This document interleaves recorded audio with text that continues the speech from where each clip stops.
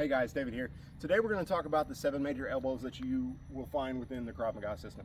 Now, when it comes to elbows, there's a lot of elbows. If you want to see all the elbows, you can train Thai boxing. You can look at Thai boxing. They specialize in elbows. In the Krav Maga system, we tend to simplify things, and so we use 7 major elbows.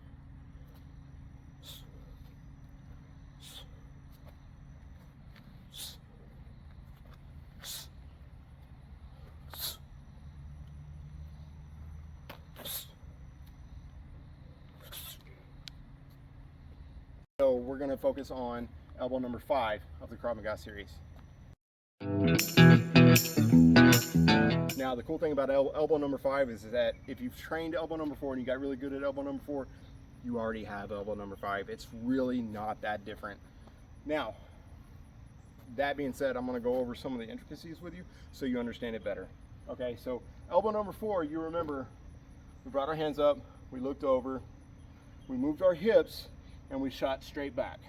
Okay, elbow number 5, the only difference in this is instead of going toward the sternum or going toward the solar plexus, I'm actually going all the way up to the jawline.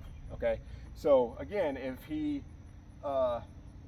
really in close to me, right, I want to bring my hands up, I want to look, I want to move my hips. Instead of making the contact going straight back, I'm actually going to take that. It's going to stay close into my body, just like elbow number 4, except now I'm going all the way up to the high line. Now, you will notice as far as body mechanics go, that elbow number 4, I didn't have to bend over that much because it was going back on a straight line. Elbow number 5, in order to get full extension out of the technique, I am going to have to bend over at the waist just a little bit more. That is so that the elbow can go straight up. I have tight shoulders, so the range of motion is not that far for me. That's about as high as I can take it up without bending over at my body. But taking it up to this full extension, if I bend my body down, you notice how the point of the elbow goes up a little bit more, and that's what I need. I need to take that point of that elbow straight up to the guy's jawline, right? So again, hands are up, I'm looking over, right? My elbow is tracing the line of my body, and instead of going straight back though, I'm gonna bend my body, bending over at the waist, and going all the way up to catch the guy on the jawline. Now again, you want to train this with both sides. You have side 1, and then you have side 2, right? From here, you also want to keep in mind, am I going into the fight or am I trying to get away from the fight? If you're trying to get away from the fight, once I make that contact with that elbow, I'm going to step back. I can cover that gap with a side kick. I can turn back into the fight, or I can keep running, right? But this could be one of those situations to where I have to turn into the fight. Again, going back to the example of having my son with me, right?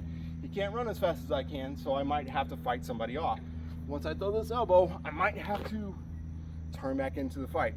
Now, again, we want to be complete fighters, so we have to be capable of the full spectrum, the full range of what the fight may call for, okay? So, you need to know how to go in and keep firing counterattacks. You need to know how to get away and keep firing counterattacks. Train them both, train both sides, and that'll give you elbow number 5. Thank you for watching this video. If you like these videos, if you learned anything about elbows, go ahead and click that like, click that subscribe. What it does is it helps get what we do out to more people. That way so other people can see the videos and learn how to throw elbows every bit as good as you can now. Thank you.